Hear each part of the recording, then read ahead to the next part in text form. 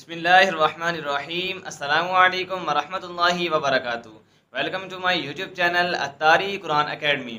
آج انشاءاللہ ہم مدنی قاعدہ سبق نمبر 12 پڑھیں گے۔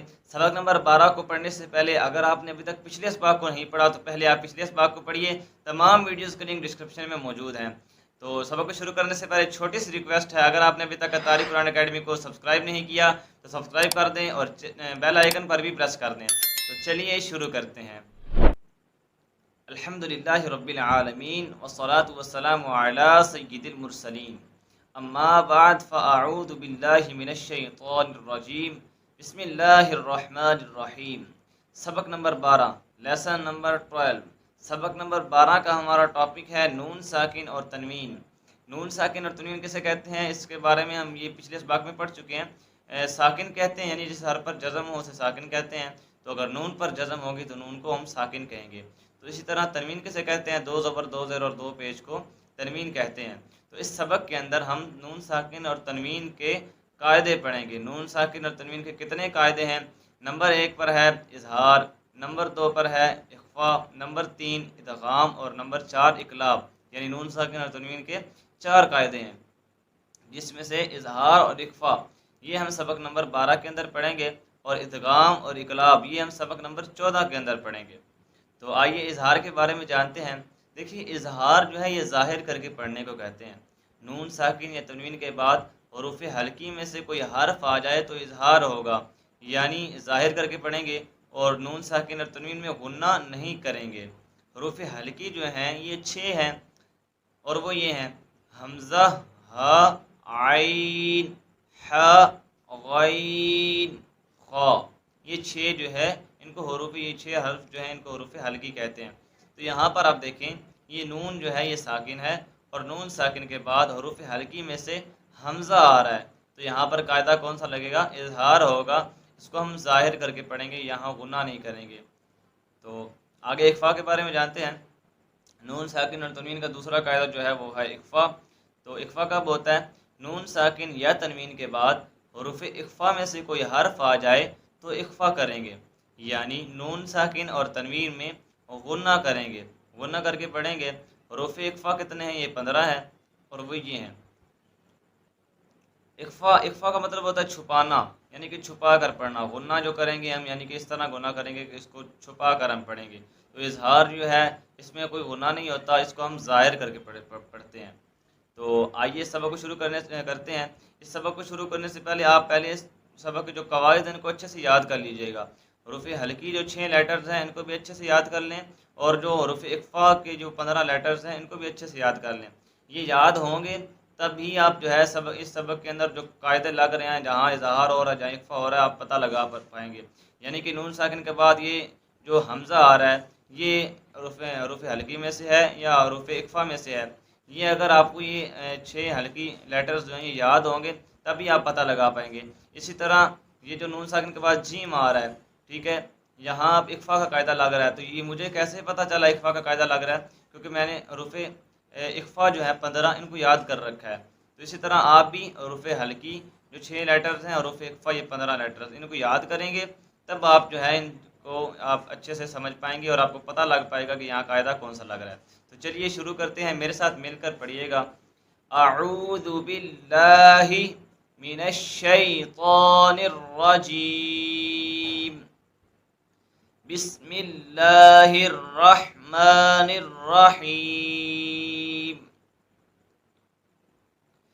میم، نون، زیر، من، حمزہ، زبر، من، جیم، زبر، من، اجا، لام، 2 زیر، لن، من، اجلن۔ آگے پڑھتے ہیں، میم، نون، زیر، من، ہا، الف، زبر، ہا، من، ہا، دال، 2 زیر، دن، من، ہادن۔ اب یہاں پر بھی اظہار کا قاعدہ لگ رہا ہے۔ کیوں اظہار کا قاعدہ ہو رہا ہے؟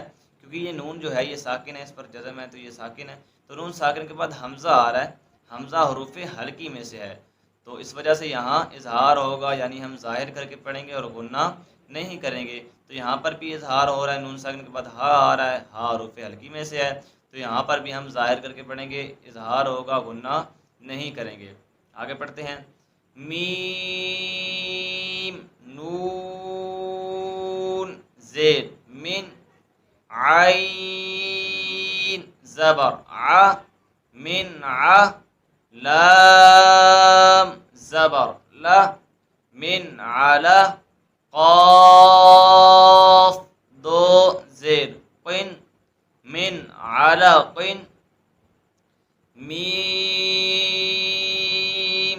نون زید من ح زبر ح من ح کاف یا زید کی من حکی میم دو زیر من حکیم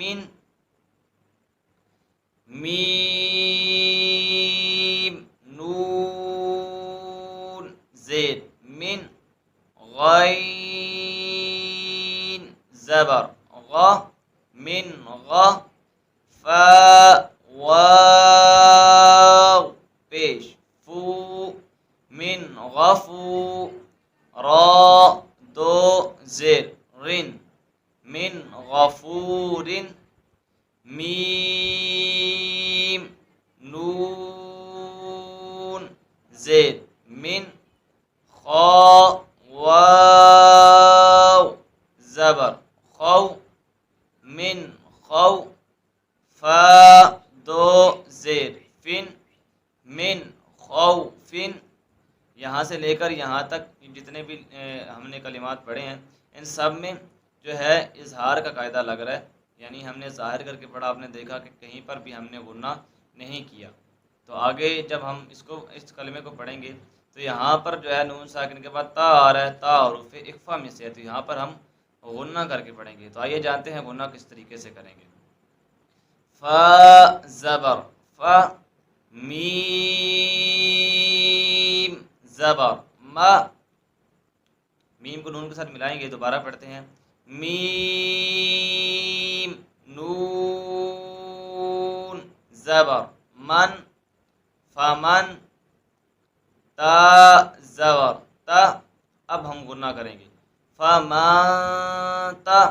اچھا یاد رہے کچھ لوگ جو ہے یہ غنہ اس طرح کرتے ہیں فمن تا، تو یہ طریقہ درست نہیں ہے، اس کو ہم اخفا کریں گے، اور اخفا اس طرح کریں گے، یعنی غنہ اس طریقے سے ہوگا، یہ ہم اس کو چھپا کر پڑھیں گے، فمن تا با زیر بی فمن تبی عین زبر ع فمن تبع۔ آگے پڑھتے ہیں، میم نون زیر من ثا زبر ثا من ثا میم زبر ما من ثم را زبر را من ثمرة تا دو زیر تن من ثمرة میم نون زیر من جیم واو پیش جو من جو عین دو زیر عین من جوع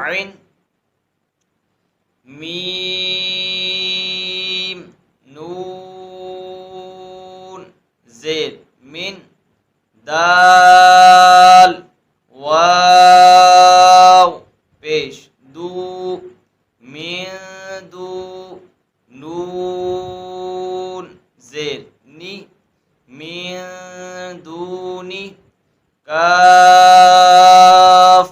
میم پیش کم من دونکم میم نون زیر من ذال زبر ذا من ذا ها زبر ها من ذا با دو زیر بن من ذهب فا زبر فا حمزہ نون زیر ان فإن زا زبر زا فإن زا لام لام زبر لل فإن زلل تا میم پیش تم فإن زللتم. آج کے لیے بس اتنا ہی. سبق نمبر 12 کی جو لائنیں ہماری رہ گئی ہیں وہ انشاءاللہ ہم نیکسٹ ویڈیوز میں پڑھیں گے. تو اگر آپ نے ابھی تک تاریخ قرآن اکیڈمی کو سبسکرائب نہیں کیا تو چینل کو سبسکرائب کر دیں, بیل آئیکن پر بھی پریس کر دیں تاکہ ہر آنے والی ویڈیو اب تک بآسانی پہنچ سکے. تو ملتے ہیں نیکسٹ ویڈیو میں, تب تک کے لیے اللہ حافظ. Please visit our website atariquranacademy.com.